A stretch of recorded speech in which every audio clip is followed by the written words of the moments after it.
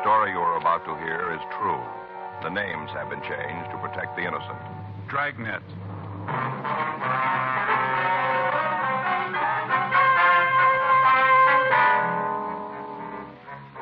You're a detective sergeant. You're assigned to juvenile detail.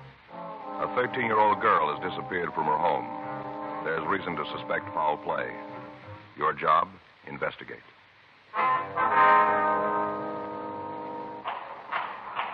It was Saturday, April 17th. It was cold in Los Angeles. We were working the night watch out of juvenile detail. My partner's Frank Smith. The boss is Captain Powers.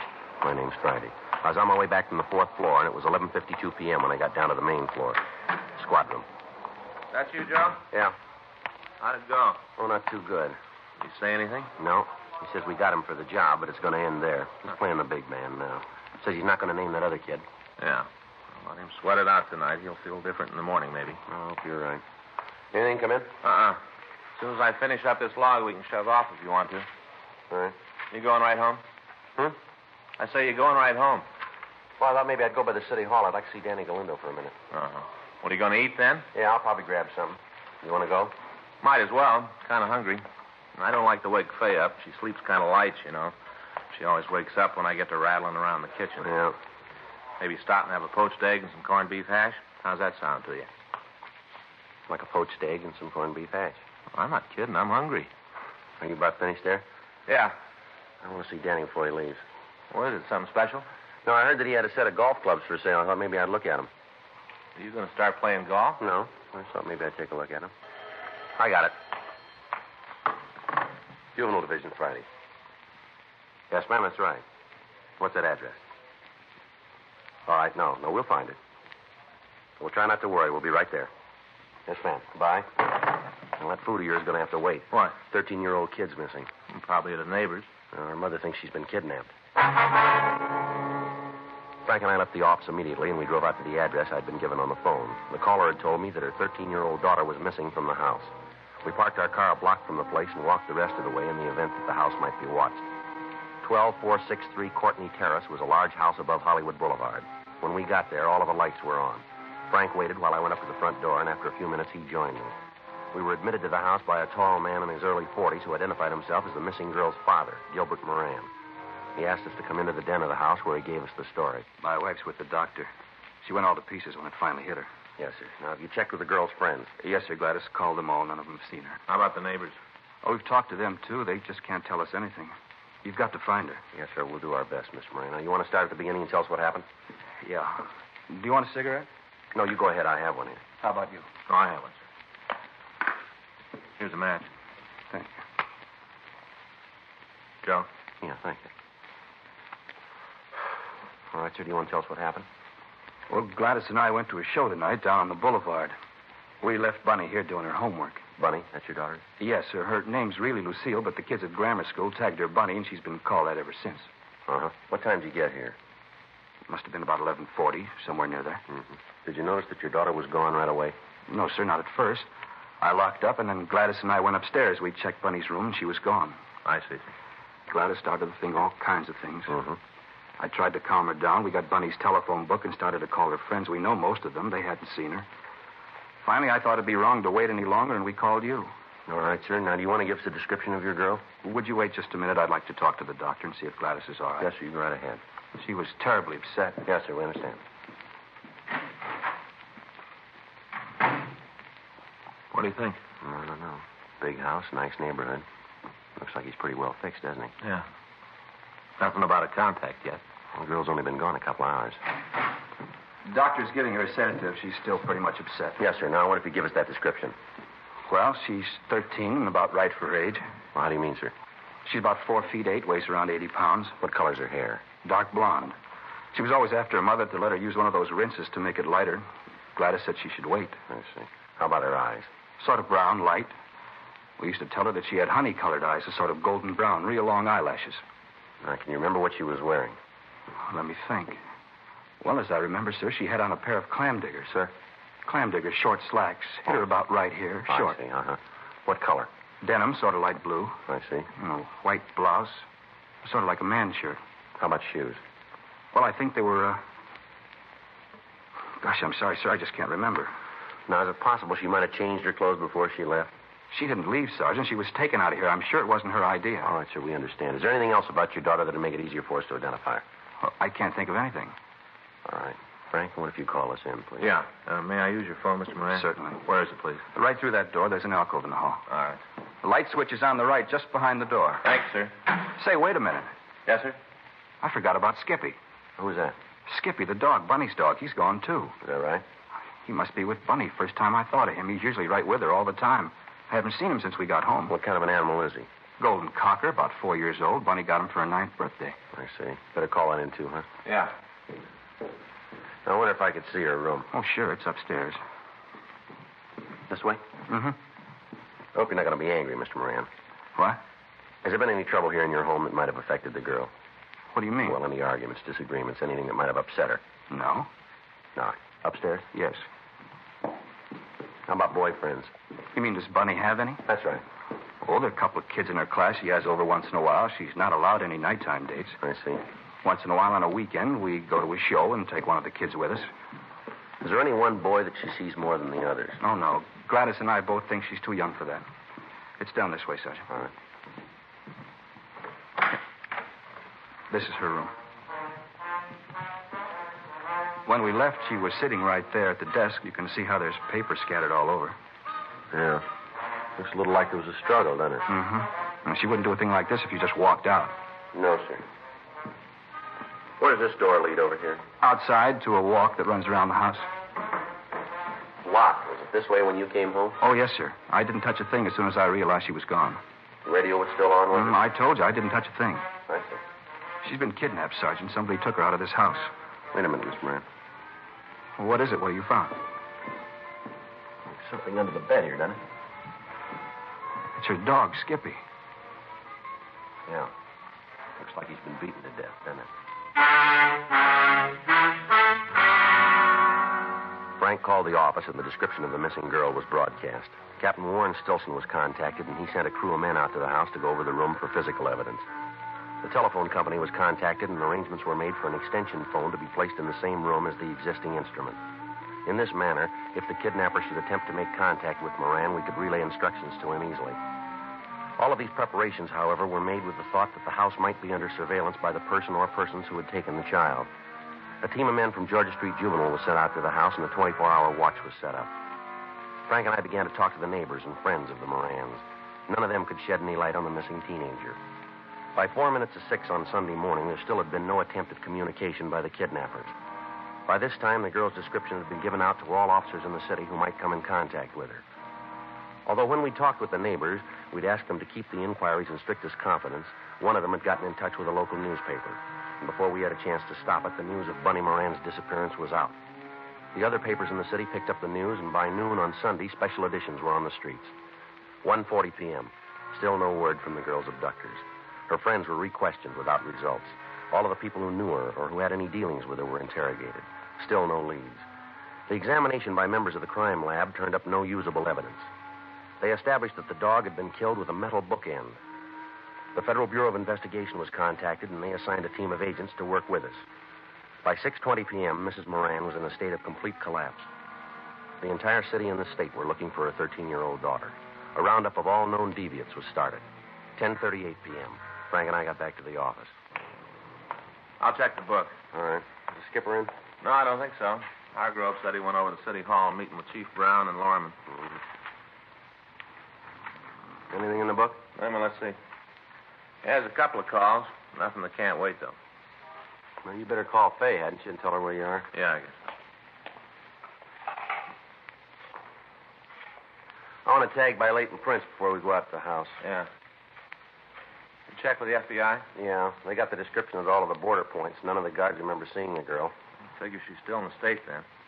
Oh, hi, honey. That's me. Mm-hmm. I know.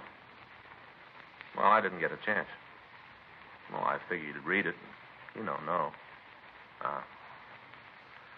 Oh, okay, pretty beat. Yeah, Joe is, too. No, nothing yet. What's that? Well, you know I can't talk about that, honey. Yeah. Yeah, well, don't worry. No, a little headache, yeah. I'll take some aspirin. Look, I'll call you first chance I get. Yeah. Okay, goodbye, Dick. Worried, huh? Yeah, she always is when I'm late. Let's go, huh? Yeah, let's go. I get it. Juvenile Division, Friday. How long ago? Where? Right, we'll wait here. Yeah. No, I'll call him. He's over with Chief Brown. Mm-hmm. We'll wait. Yeah, bye. What do you got? Kidnapper made contact. A note? He called and wanted to talk to Moran. Druggist heard him make the call and notified Hollywood Division. Yeah. He's in custody now.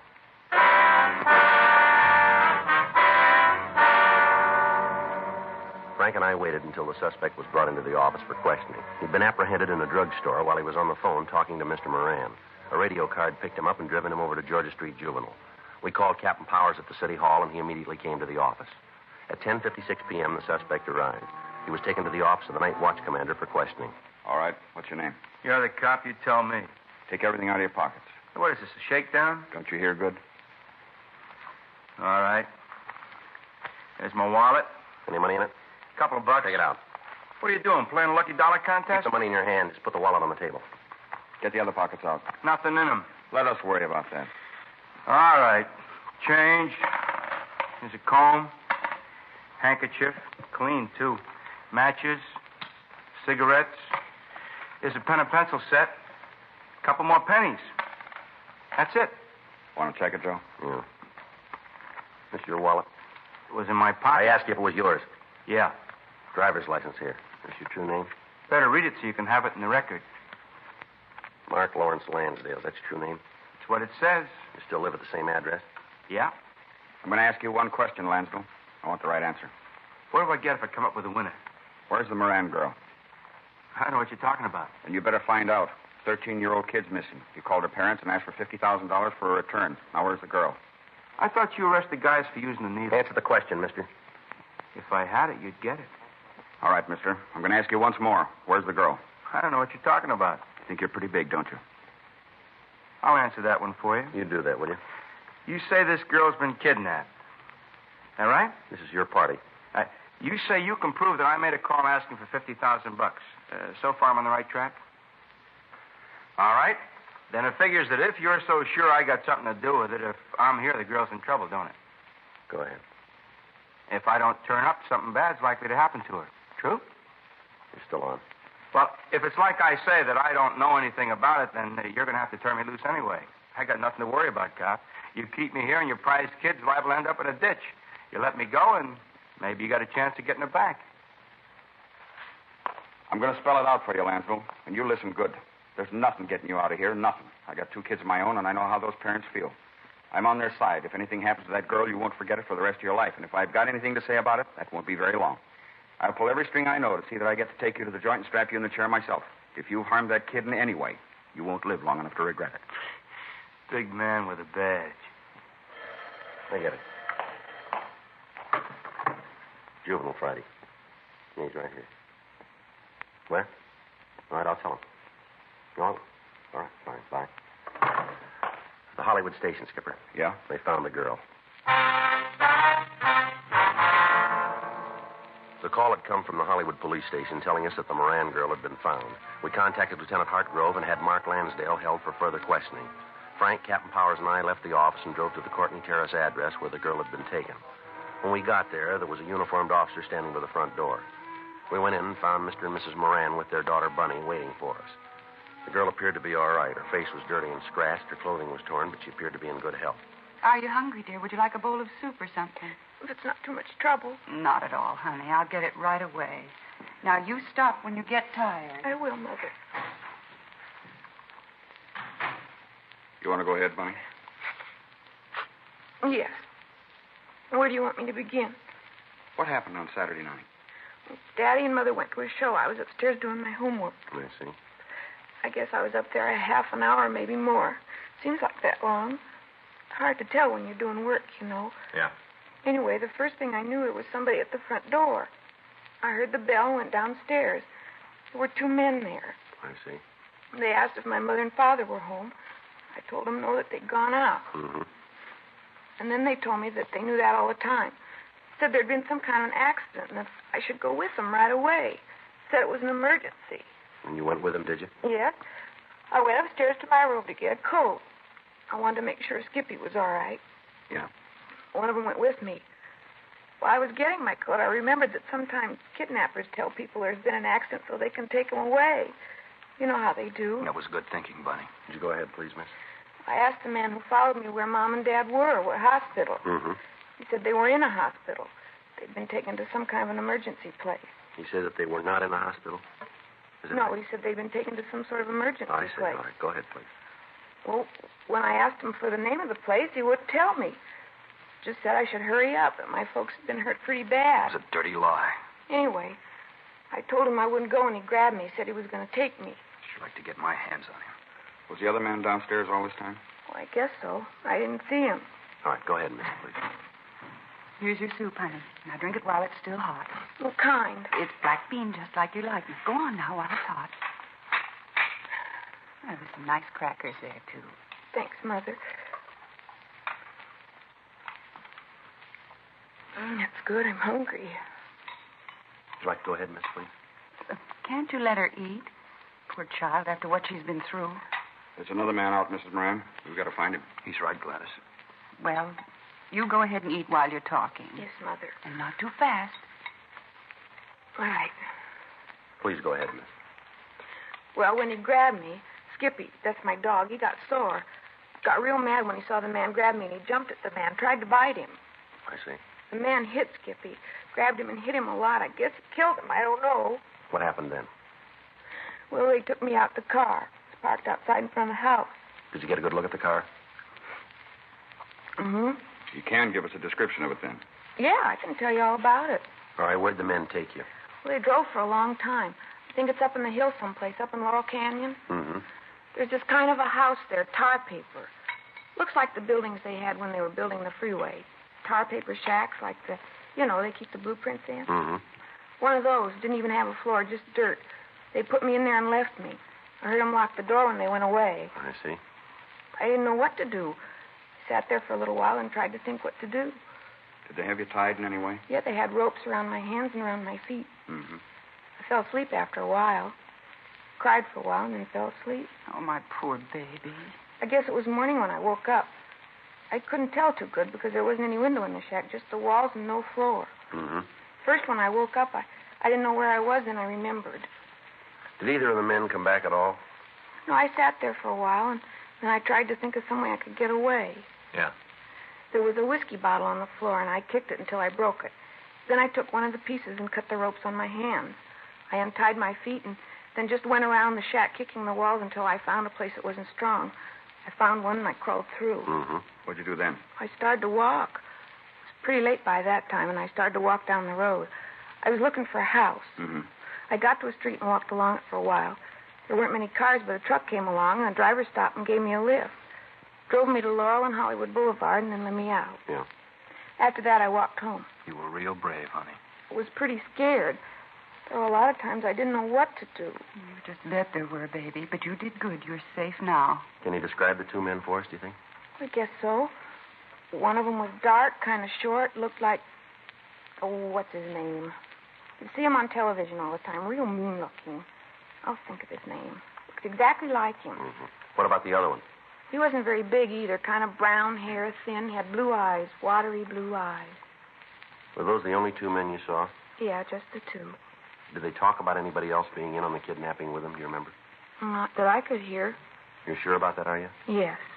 Sergeant, what's so important about that? Well, sir, we've got a man in custody. The one who called you. Yes? Neither one of these descriptions match him. We continued to talk to the Moran girl. We got a complete description of both men involved and of the car they used. Local and APBs were gotten out on them. The fact that the descriptions varied and did not match the suspect we had in custody meant very little. A witness or a victim under stress might easily be mistaken. We talked with a family doctor, and he told us that after a good night's sleep, the girl would be able to cooperate with us completely. The following morning, Monday, April 19th, a special show-up was arranged at the main jail. Our suspect was placed in a line with other men in custody. Bunny Moran failed to identify him. Frank and I took her over to the city hall and had her look through mug shots that had been pulled from packages as a result of the run by the stats office. She was unable to point out a suspect. 1:40 p.m. We asked her if she could show us the shack where she'd been held captive. She said she could. We called her parents and told them where we were going, and then we left the office. We picked up a policewoman and drove out the freeway to Sunset Boulevard and turned off. When we got to Laurel Canyon Boulevard, we drove past Lookout Mountain Avenue, and then we turned left onto a dirt road. We drove for about a mile and a half. There was no sign of any type of building. It's right up ahead around the next corner. You sure you're on the right road? Yeah, I remember walking down this one. It's right. Hey, that's as far as we can go. Dead end. Maybe I did make a mistake. Maybe I did. I was sure it was along here, but maybe I was wrong. It might have been the next road up. You know, the one past where we turned off? Uh-huh. You want to turn around, Frank? Yeah. Oh, sure am sorry about it. That's all right, miss. Guess it seems like a wild goose chase, huh? No. Sure hope not. I know where it is. I just got mixed up. All right. We'll find it. I'm sure we will. Mm-hmm. Can't just disappear, can it? No, not likely. It's here someplace. You'll see. Yeah, we'll see.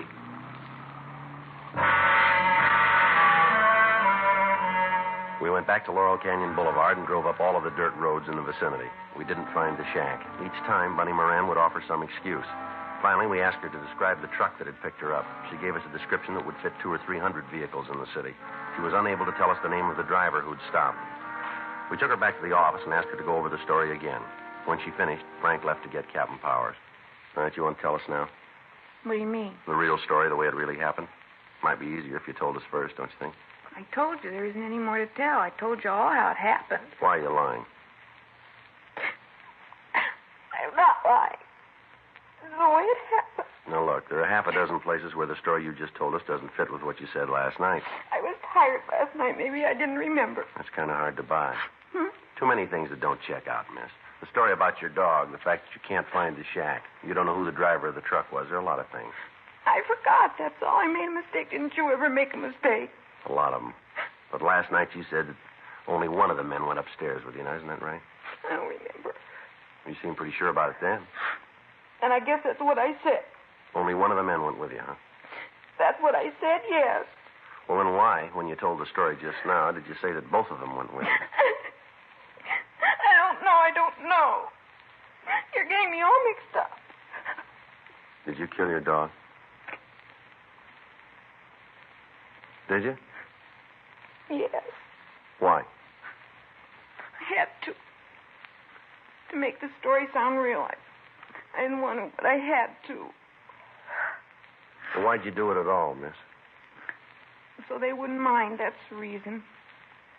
Well, what do you mean, so who wouldn't mind? You'll think it's silly. You won't think it's a good reason. Why'd you tell me anyway, huh? Because I was failing. What? I flunked at school. I flunked and I didn't want my folks to know. They'd be real mad. Real mad. So you figured this kidnap thing out, huh? Played it that way. Yes. I thought that if something bad happened to me, they'd be so glad to have me back it wouldn't matter about my flunking. The whole thing was a lie from the beginning to end, huh? Yes. All of it. All right, youngster, we better get going. Where? We'll take you home. You going to tell my folks about it? We haven't got much choice, have we? They'll be mad. Madder than they've ever been. Well, I guess they will. What'll I tell them? What'll I say? Well, I'll tell you, why don't you try something different? Huh? Tell them the truth.